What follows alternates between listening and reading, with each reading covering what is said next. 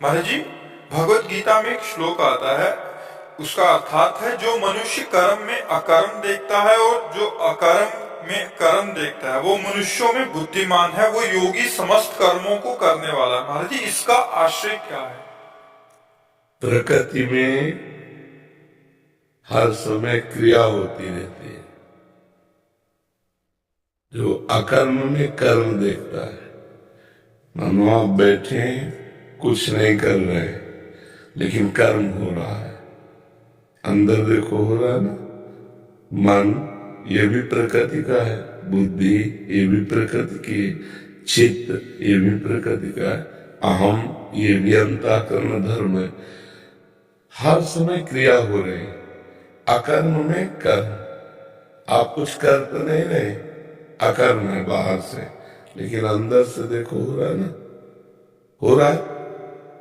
स्वीकृति है कि नहीं? हो रहा है ना। एक क्षण भी कोई बिना कर्म किए नहीं रह सकता। ये हुआ अकर्म में कर्म। अब कर्म में अकर्म ये कहां हो रहा है? प्रकृति में हो रहा है।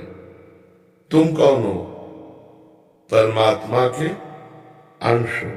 तुमने कोई क्रिया हो रही क्या? सब पर है।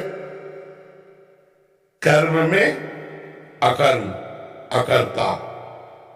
आप करता नहीं है। गुणानुगुण वर्तनते। प्रकृति प्रकृति में ही क्रिया हो रही, परमात्मा में नहीं। आप परमात्मा स्वरूप हो, आप परमात्मा के अंश हो।